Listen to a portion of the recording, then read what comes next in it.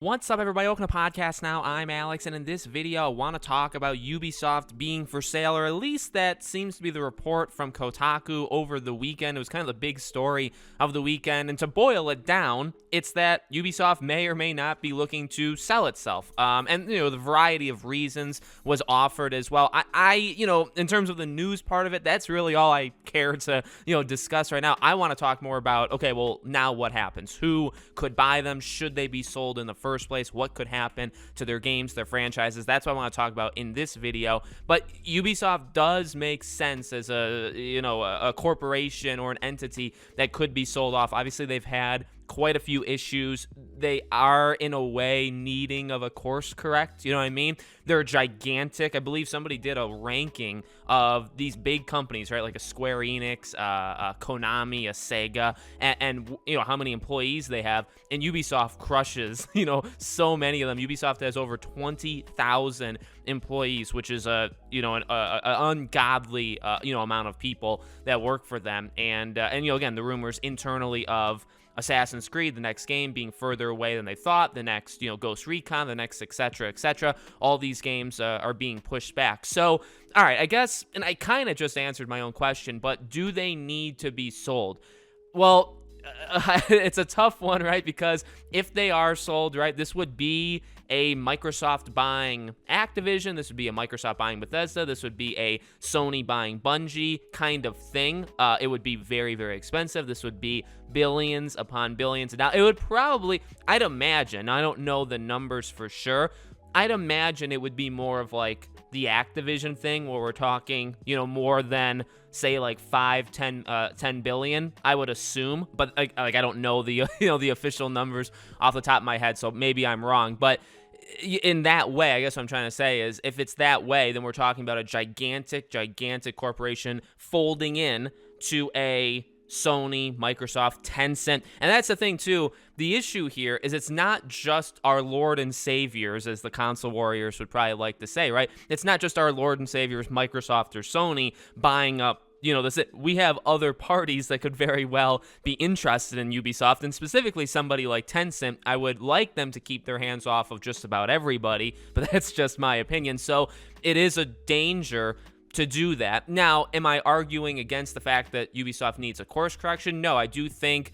honestly, fundamentally in the company, I assume there's like issues, like actual legitimate, I mean, it's been talked about for years, right? But there seems to be legitimate issues that have not been sorted out yet. You're seeing things like, and I've given EA, I've kind of like dogpiled them, but I've actually kind of warmed up to them. Besides Battlefield, besides the sports games, it does seem like there's an internal thing happening where they had reached their lowest point, and for whatever reason, or the management or whatever, they seem to be coming back up, right? Canceling Dragon Age 4 being a multiplayer only game and now being an actual Dragon Age game. Mass Effect taking all the right steps, going with a way out, and It Takes Two going that track, right? Like, there are signs of improvement. Ubisoft, it's very hard to point, and I'm not saying Ubisoft's garbage or all Ubisoft games are bad. In fact, I like quite a few Ubisoft games. I think they actually kind of get criticized maybe a bit too much. I get it, but I do think in the grand scheme of things, maybe we dogpile them a little too hard. But I would argue that Ubisoft has not had that course correction process internally,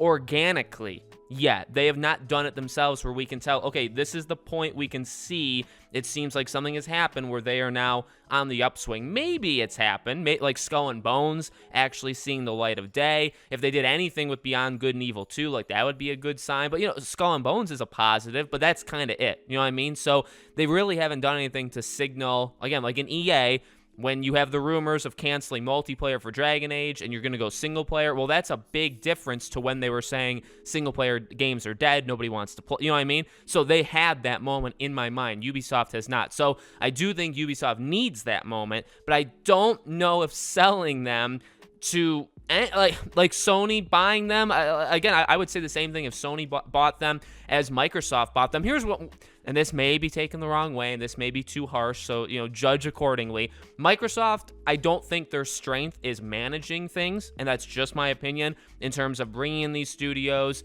having a succinct plan of when, games are going to release. I don't think Microsoft screams, long-term planning. Now, maybe it's very long-term because maybe in a couple years from now we say, okay, Phil Spencer, he knows how to organize this stuff. Right now, I don't really know if Microsoft would be the right one. And they already have, and I guess if you want to argue it a different way, they already have Activision.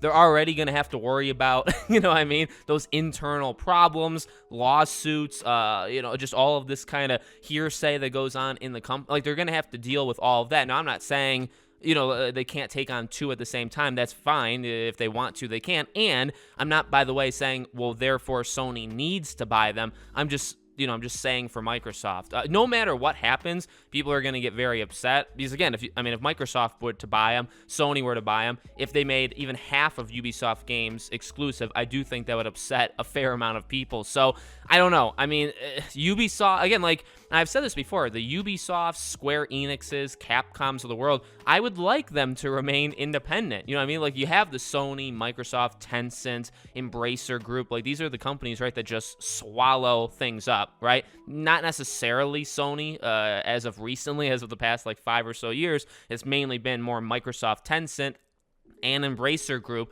But I don't need... And, I know people say, well, to make a big splash, and I do agree, to make a big splash from Sony's point of view and to combat Microsoft buying Activision, would a Square Enix work? Yeah, from a strategic business, to literally to go one-to-one and say, hey, we can match Activision, how do we match them somehow? Well, let's go get Square Enix. I actually think that works. Now, is that a good idea? That's separate. That's a separate thing altogether. I don't think I want these companies to remain, and maybe they're not great. Maybe Ubisoft is going to have another 5 years of being awful before they kind of come back around. I would just kind of prefer these people stay independent. I think it would work better long term anyway. You don't upset anybody that way, I don't think. And again, Ubisoft needs that moment because 20,000 employees, people are remember we had that story too. I think Kotaku or somebody reported high level leads of teams. They're all leaving Ubisoft, so they really don't have high level talent anymore. They've lost a lot of it.